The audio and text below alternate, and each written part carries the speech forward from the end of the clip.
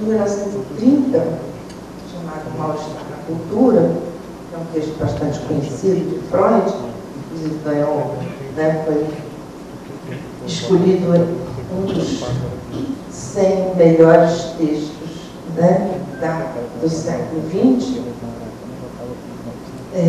Nesse texto, Freud vai dizer, né, que fundamentalmente o sujeito sofre em função da sua relação com os outros homens.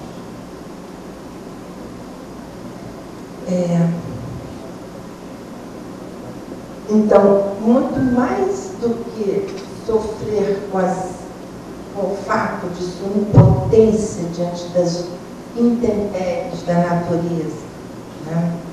Que, evidentemente, é um grande sofrimento, mata muita gente. Nós vimos as tsunamis, mais recentemente, os terremotos e tal, né? Muito mais do que o sofrimento diante das próprias limitações orgânicas que nos são impostos. Afinal das contas, vamos todos morrer um dia, né? Por limitação orgânica.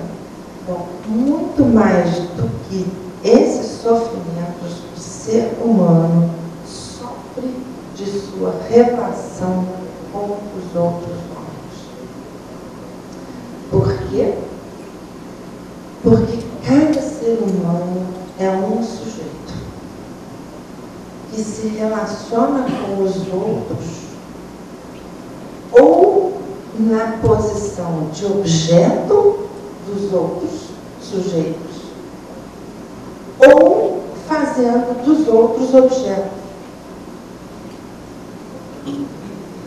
Mesmo nas situações que podem parecer as mais anódinas possíveis, como, por exemplo, na filantropia. Na filantropia, né, parece que tem um sujeito que se devota a cuidar dos outros, a quem, né, coloca ali como os necessitados. Mas, na realidade, a própria filantropia implica que estes necessitados sejam objetos do sujeito filantropo para satisfazer o narcisismo do próprio filantropo, né? Então, não tem saída, não tem jeito. Todos nós nos relacionamos com os outros, fazendo deles objeto. Por melhores que sejam as intenções, né? Isso não é uma crítica, isso é uma constatação.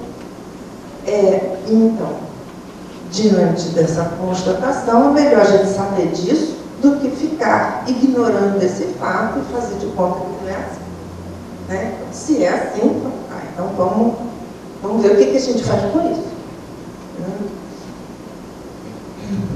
Então, o sofrimento em psicanálise é índice de presentificação do sujeito.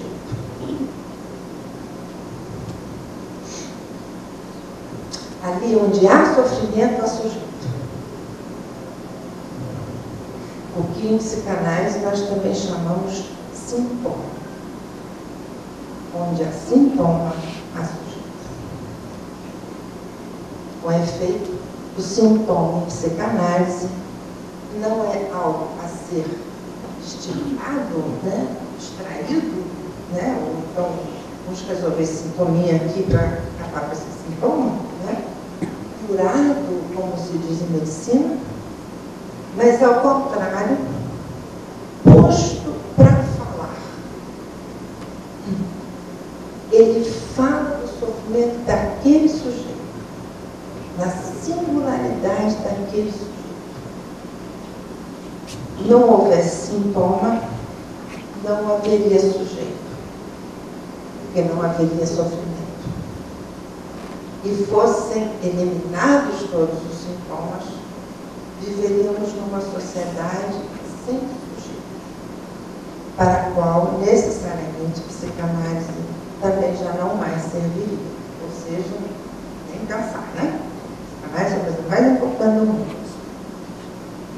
Para nós psicanalistas, vivam os sintomas. Na mais perfeita tradição freudiana, o sujeito faz a escolha de seu sofrimento, de sua doença, como dizia Freud.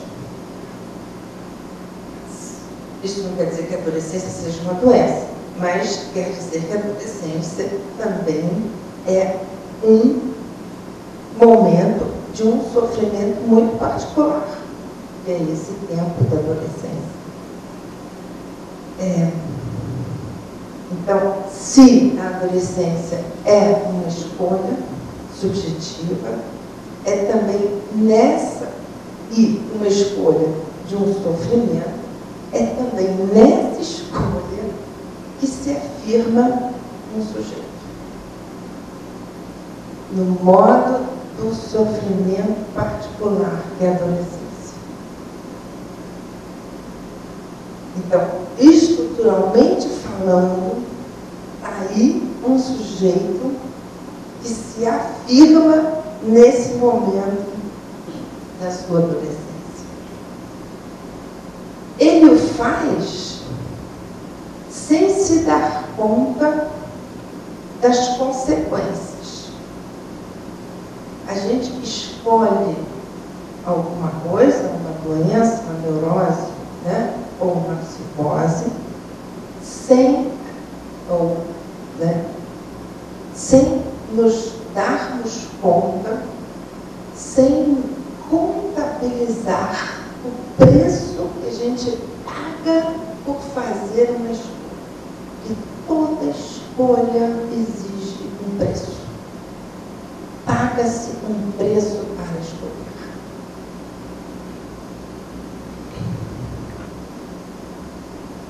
Então, ele não contabiliza o preço que pagará por essa escolha. Aliás, o sujeito normalmente se ilude de que não terá que pagar nenhum preço. Na realidade, a única forma de escolher sem ter que vir a pagar um preço depois por essa escolha é pagar de cara, de saída. A adolescência, como escolha do sujeito, implica pagar o preço do desligamento da autoridade dos pais.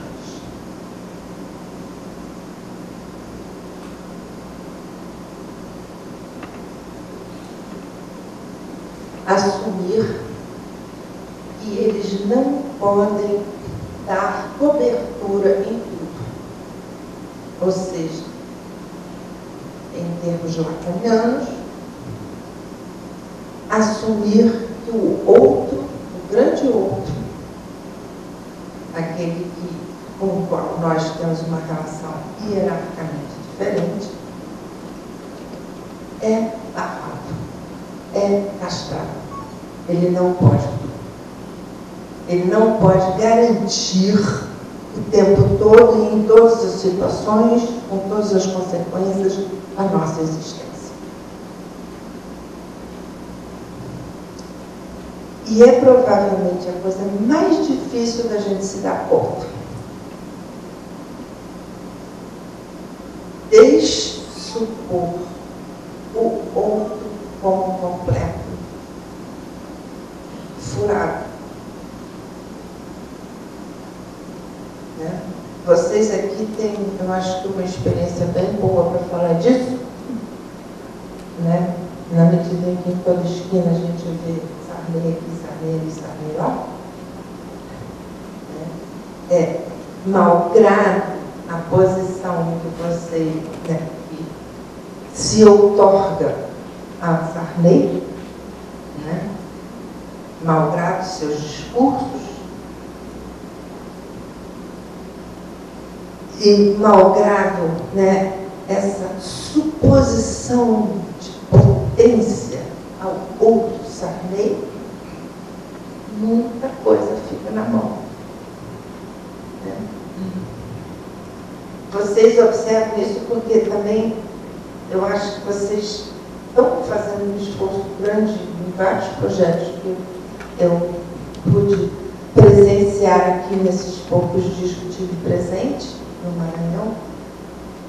Né? Podemos verificar que é muita gente que está tentando fazer coisas, está fazendo, está tendo projetos, né? Fazendo um esforço a mais, por saber que não é possível, para avançar, esperar que o outro faça no nosso lugar. Isso me deixou bastante impressionada do quanto há um esforço a seguir um exemplo, né? Que é preciso fazer. Né? Tem um desejo a ser colocado em prática de que a coisa aconteça. Então, de tudo isso depreende-se que não é possível pensar a adolescência sem referência à falta no outro, à castração, como dizia Freud. Porque o trabalho que a representa, que representa a adolescência, o trabalho, é a tentativa de elaborar isso de algum jeito. Cada um o fará do seu jeito. Estamos aqui no terceiro encontro dos estudos culturais, que é um encontro muito importante, acho, aqui na região, mas também porque permite a interlocução com outras regiões do Brasil, eu que vim do Rio de Janeiro, nessa troca de momentos na cultura, em particular no tema que eu vim apresentar, que é mais a questão da adolescência, da parte da prática que eu desenvolvo na UERJ, na residência em psicologia, que trabalha junto com o Núcleo de Estudo da Saúde Adolescente, e que nessa interlocução com o que acontece aqui no Maranhão em relação aos adolescentes hoje, a possibilidade da troca é sempre muito importante, e a possibilidade também de a gente vir falar um pouco dos trabalhos que a gente faz dentro do doutorado que eu coordeno, dentro da Universidade do Estado do Rio de Janeiro, em psicanálise, porque foi interessante também hoje de manhã que a gente teve a minha palestra dentro do campo da psicanálise, depois uma palestra dentro do campo da física, não só, então, uma troca entre cultura, mas também uma troca entre diferentes campos do saber, dentro do campo dos estudos culturais, que mostra como o trabalho que esse grupo de estudos, que é coordenado pelo professor Alexandre, desenvolve na interdisciplinaridade, me parece muito interessante. Eu acho que para mim foi ótimo, foi uma experiência boa.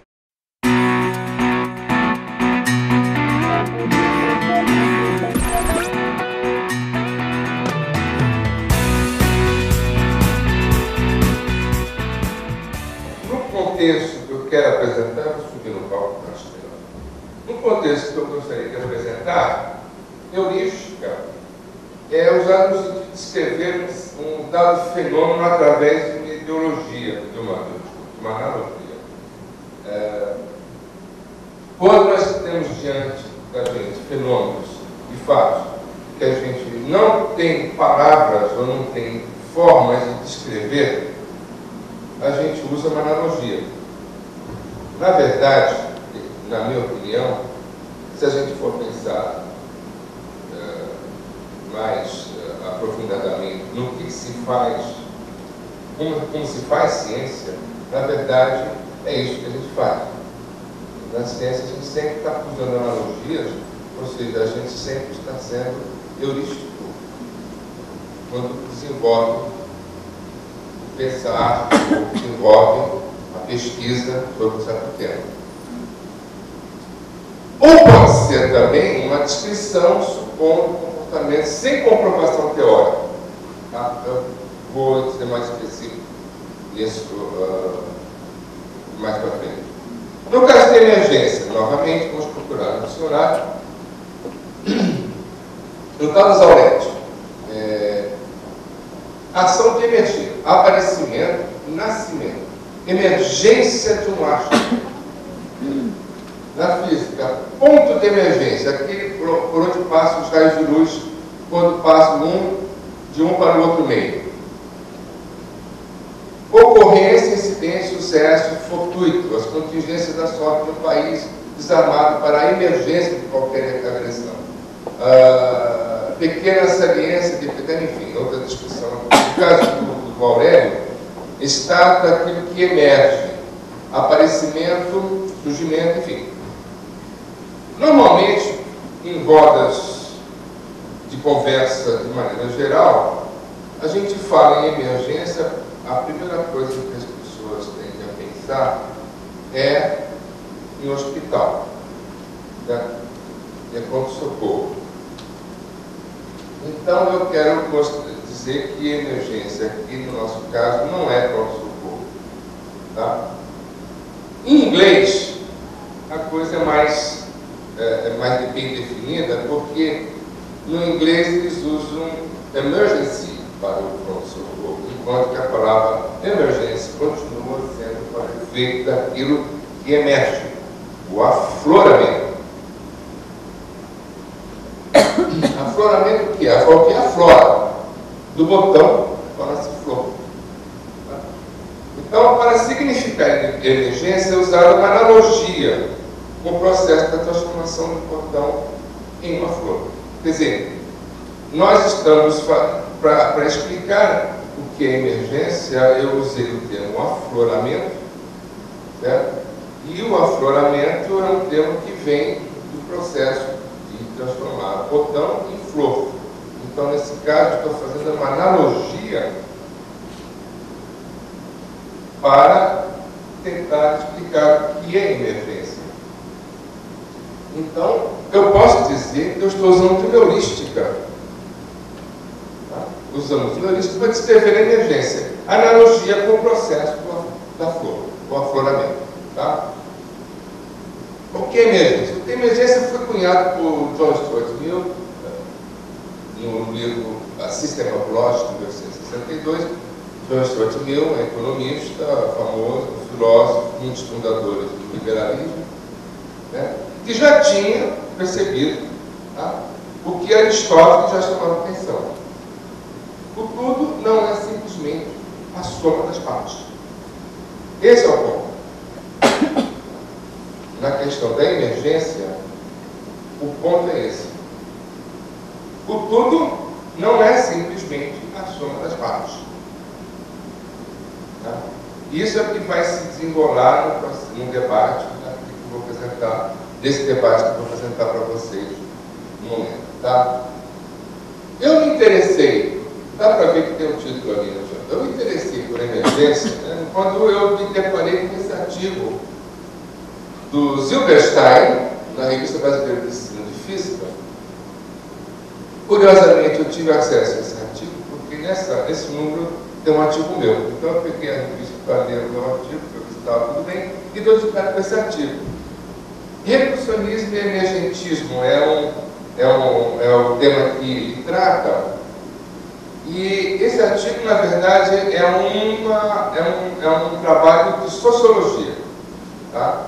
O que o Zilberstein fez foi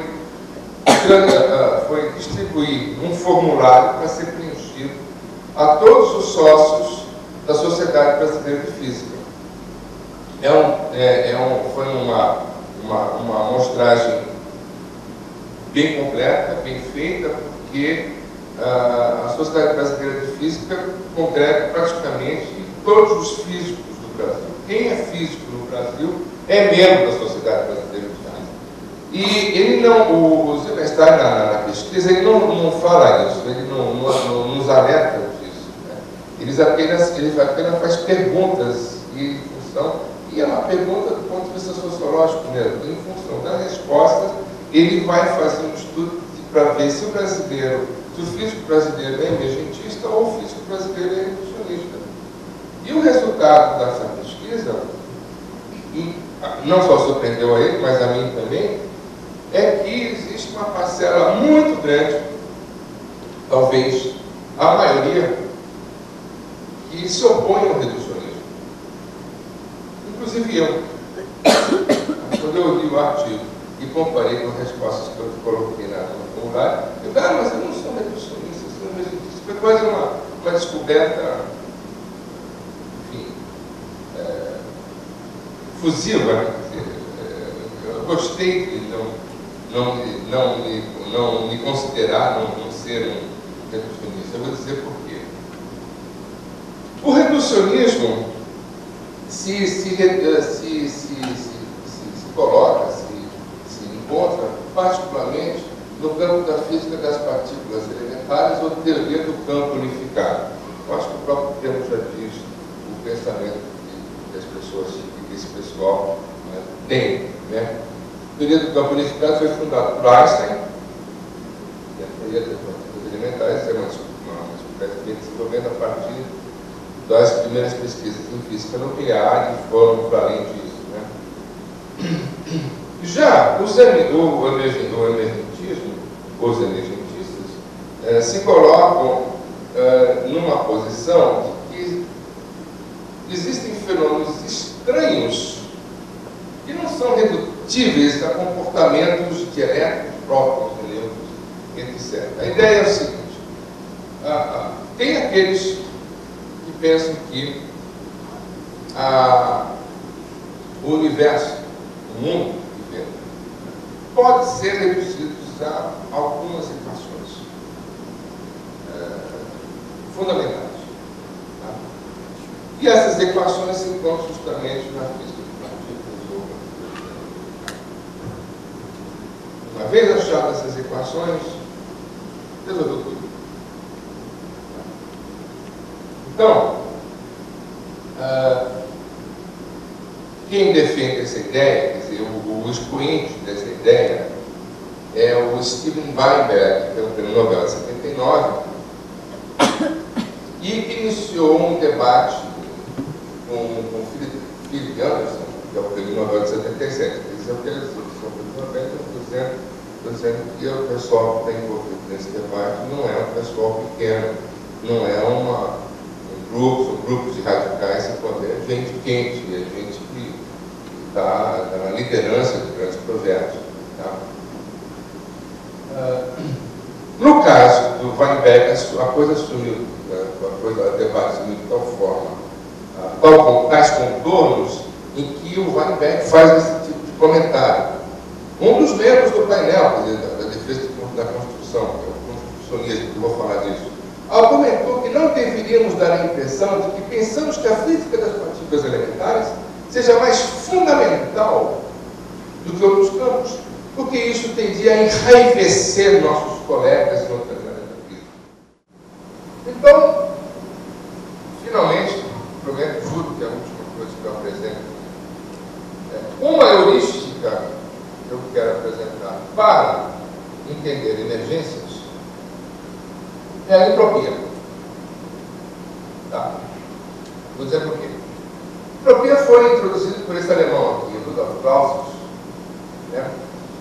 Que introduziu essa grandeza, que é uma combinação de grandezas termodinâmicas, para descrever um fenômeno que, se você isola um sistema termodinâmico e mede esta grandeza antes, quer dizer, no início e no final, essa grandeza sempre cresce.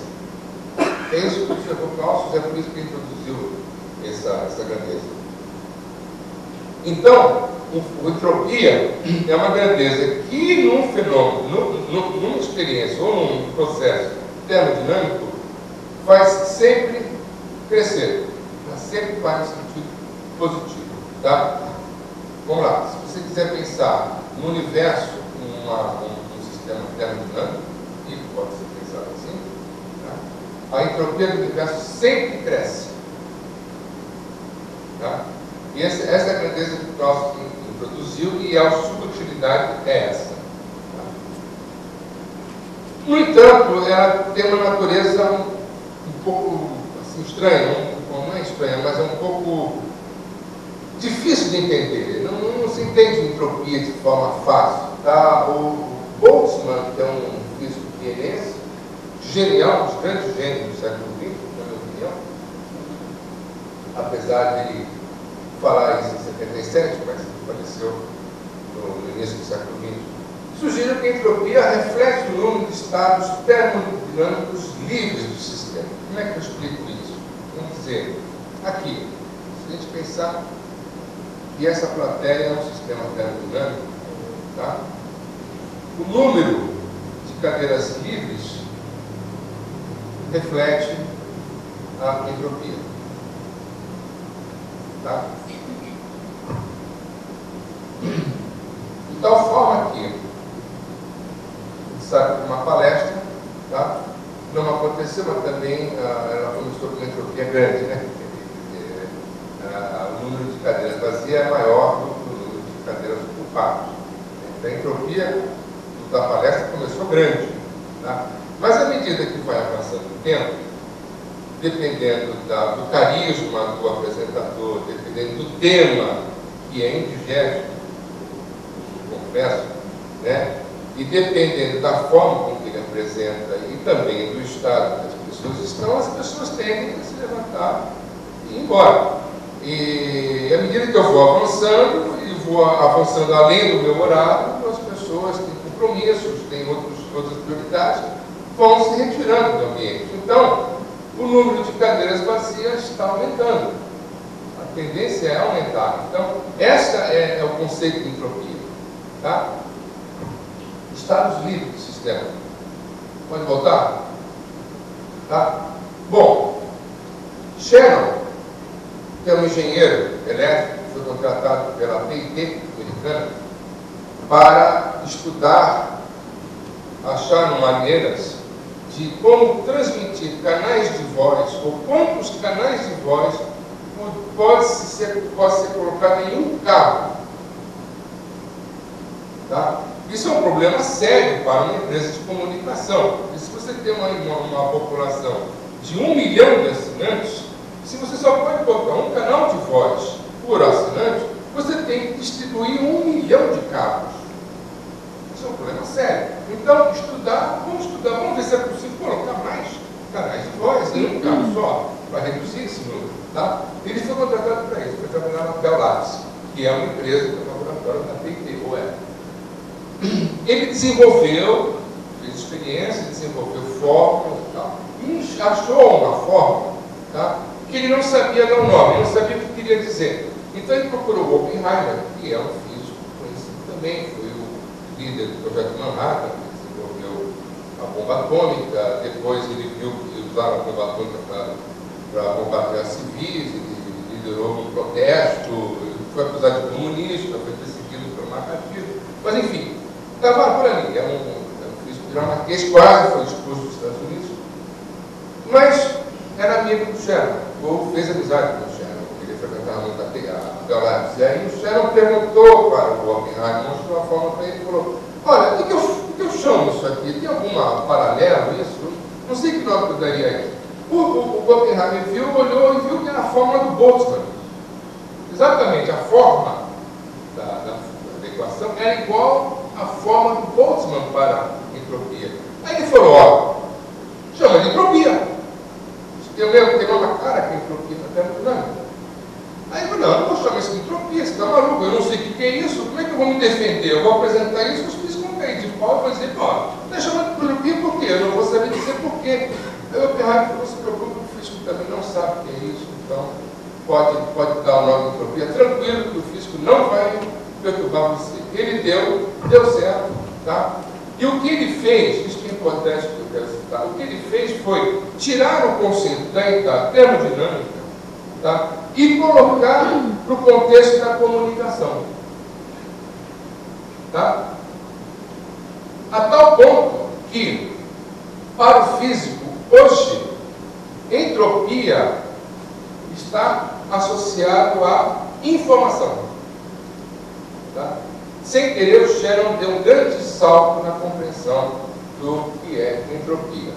Agora, a minha participação, quer dizer, quando eu fui convidado, eu sou um físico, quer dizer, então, em princípio, um físico tem a ver com um encontro cultural e o que tem a ver com cultura e subjetividades, né? Então, eu tentei dar uma palestra que conecta, né, essa questão cultural e subjetiva dentro da física para o debate com os membros do Congresso, para que eu possa enriquecer, dando depoimento que vem dos físicos para o tema, que é a cultura e subjetividade. Ok. E você, como físico, queria saber quais as pesquisas dos últimos anos que você vem fazendo sobre o assunto da... Quer dizer, veja bem, tem uma conexão,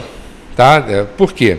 Eu sou um físico, tá? Trabalho com astrofísica e especificamente na área de software para astrofísica. E dentro da área de software para astrofísica, eu trabalho com um esforço internacional, tá, de disponibilizar dados de astronomia pelo mundo inteiro. A astronomia hoje é a ciência, de longe, que guarda mais dados a serem analisados em todas as outras áreas de conhecimento. O genoma humano perde para a astronomia, além de outros tipos de arquivos de informação e dados.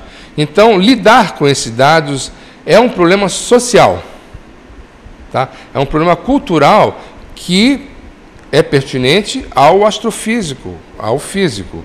Tá? Então, o desenvolver sistemas inteligentes de procura de informação nesses dados é um problema que eu trabalho.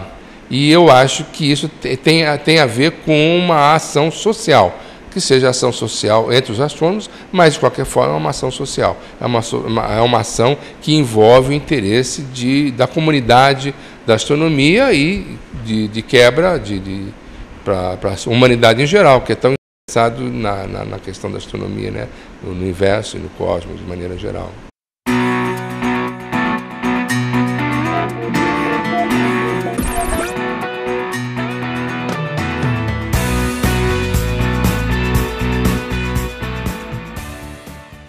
Muito interessante para a gente levar à frente esse trabalho. Então, muito nos interessa ouvi-la falar. Eu agradeço muitíssimo. Passa a ideia de estudos da cultura, né? Há uma certa compreensão agrupada em relação a isso. Bom, estamos falando de estudo da cultura. No entanto, quando nós nos referimos a estudos culturais, nós vamos estar nos referindo a uma outra aproximação que denomina-se, né, estudos culturais da tradição crítica dessa área, né? Então, vamos tentar recuperar um pouco na história como que isso se deu, de novo marcando que eu sou debutante na área, né? Mas desde a entrada no programa, muitos nos discutimos, formamos um grupo de professores e passamos a discutir, e nós já vamos aprofundar dentro da área de cultura, educação e saúde, da qual eu faço parte, onde essa discussão de possibilidades de diálogo de diferentes áreas pode aparecer melhor. Como estava falando, o programa de estudos culturais, ele tem essa raiz histórica, né? Se origina no Reino Unido, na década de 1950, mais ou menos, né? E deriva de estudos literários, são estudos da literatura. Quer dizer, o nosso coordenador, o professor Jefferson Agostini, ele é um estudioso da literatura, um pesquisador da literatura crítica. Então, assim como ele e outros professores, né, eles vão beber na tradição mesma do Reino Unido, com esses estudos que estão muito centrados na tradição dialético materialista histórico, né? Quer dizer, o histórico materialista, se a gente preferir. cujo autor principal é Marx. Então, o estudo estruturalista mesmo, a produção literária. Isso não é trivial, né? A emergência de uma área de pesquisa, evidentemente, ela tem muito compromisso com o histórico, com o cultural, com o que está. E nós devemos ser, inclusive, contraditórios, de pensar que a cultura nos abrange e abrange a tudo que fazemos e pensamos.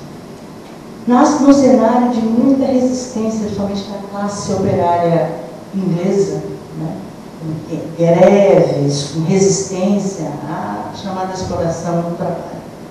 E dentro desses cenários, muitos críticos dentro da própria universidade acadêmica passam a refletir, né, com esse referencial histórico materialista, a produção de estudos sobre esta cultura, a cultura dos trabalhadores até ingleses. Né?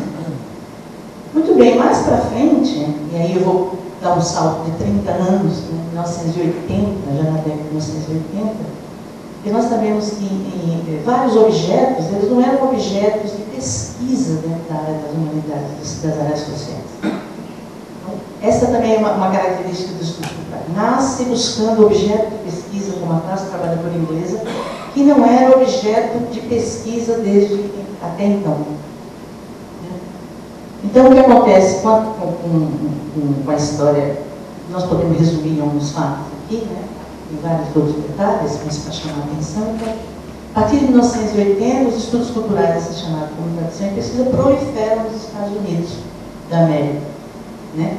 Mas já com um corte voltado para a antropologia mais diretamente. E aí, em busca de objetos antropológicos, assim, não muito tradicionais, né? Como, por exemplo, estudos de gênero, estudos pós-coloniais, né?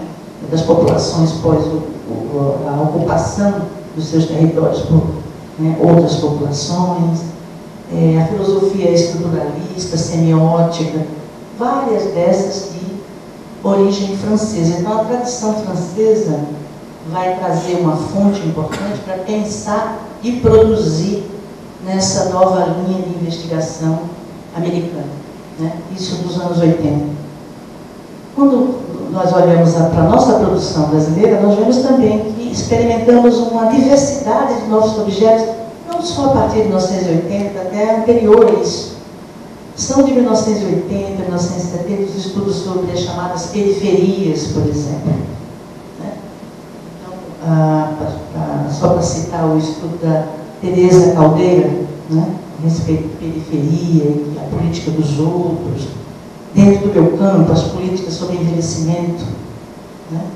Então, daí, o objeto envelhecimento, idoso, né? Minorias, de uma forma geral, começam a ganhar uma certa relevância e mais produção a respeito do assunto.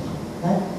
E esses autores de origem francesa, né, que é mais próximo, que é o Michel Foucault, tem uma colaboração muito importante, né? Seja nos estudos do poder, né? Seja nos estudos da ética, seja nos estudos os mais diferentes, para pensar nas fases desse pensador. Né? Quer dizer, ele nos oferece uma obra vastíssima e uma releitura.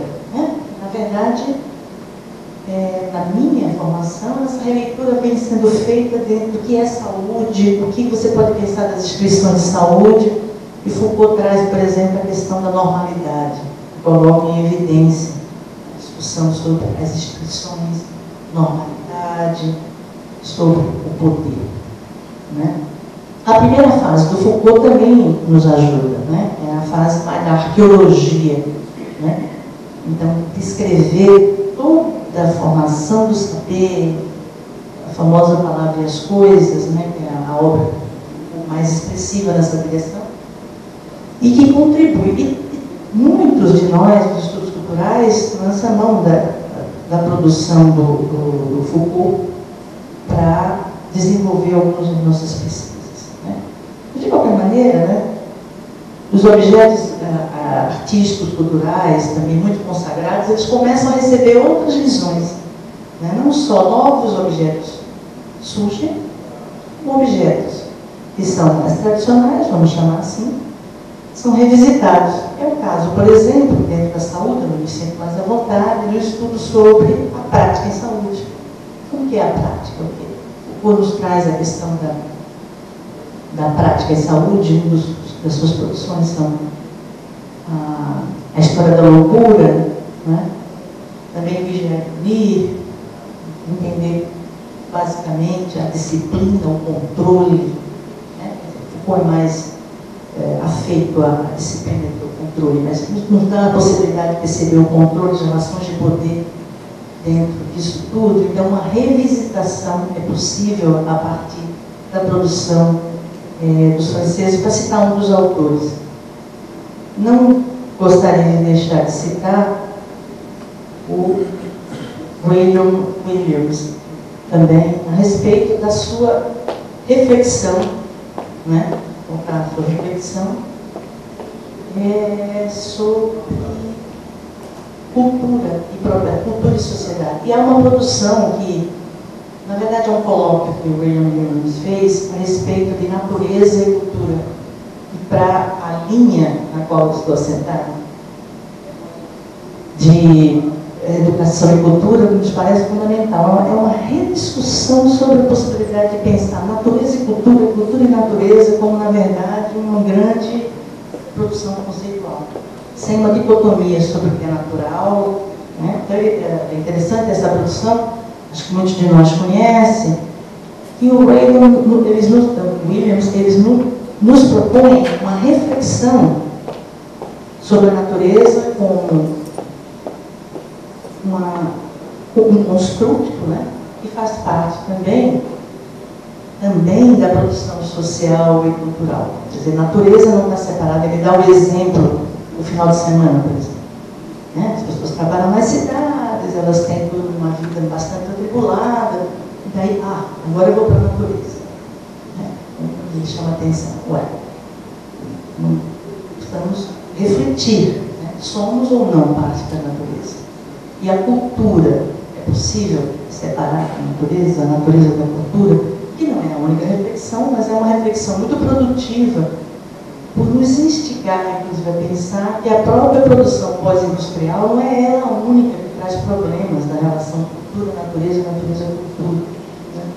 Aí são vários desses autores que vão configurando essa possibilidade de impulsionar a pesquisa verdadeiramente, não só pela uma relação multidisciplinar, mas com uma relação que eu gostaria de sublinhar aqui, que é uma relação crítica.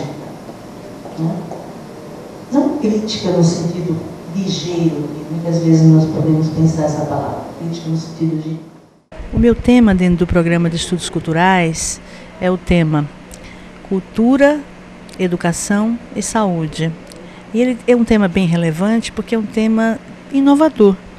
Nós estamos trabalhando com saúde na perspectiva saúde como uma prática social. Então isso é bem inovador e observando a cultura como parte dessa dimensão social. Recentemente eu tenho pesquisado na linha de práticas em saúde, especialmente no que a gente costuma chamar de práticas integrais em saúde.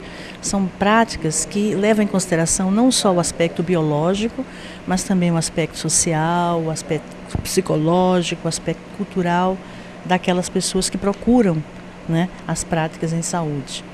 Uma outra vertente é o estudo sobre normalidades. Né? A grande pergunta é o que é normal, o que não é normal. Né? Não para saber as doenças, a saúde, né? Mas para pensar o próprio conceito de normalidade. Ele é um conceito que muitas vezes se pensa como fixo, mas ele tem história. Né? E daí, com isso, produzir, né, novos discursos e novas pesquisas a respeito do que é normal e do que não é normal. E até dentro das pesquisas biológicas mesmo. Né? A discussão do que pode ser considerado perene e do que é considerado, então, em mudança.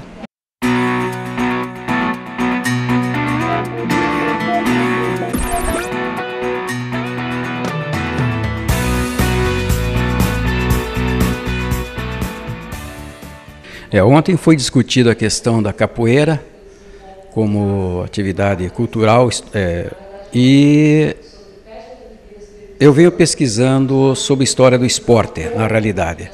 E dentro da pesquisa da história do esporte surge a capoeira como uma prática esportiva, como uma prática de atividade física dentro do Maranhão. Eu só pesquiso, o meu tema de pesquisa é Maranhão.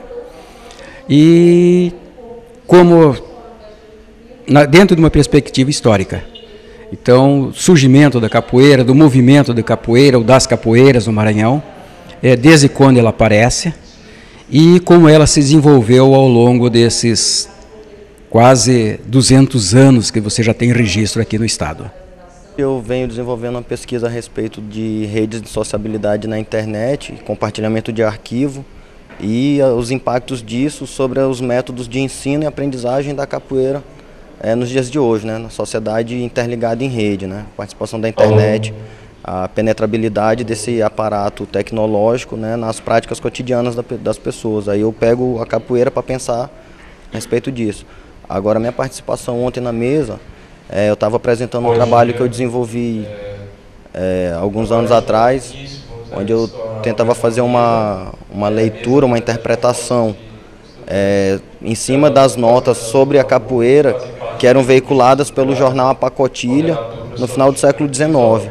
E através disso traçar um perfil do cenário urbano de São Luís e como a capoeira era pensada pelas elites, principalmente, né, as elites letradas, intelectuais, através do jornal A Pacotilha, que era um veículo de expressão dessas pessoas a respeito da própria cidade e a respeito dos hábitos da população pobre, de escravos, negros livres, etc.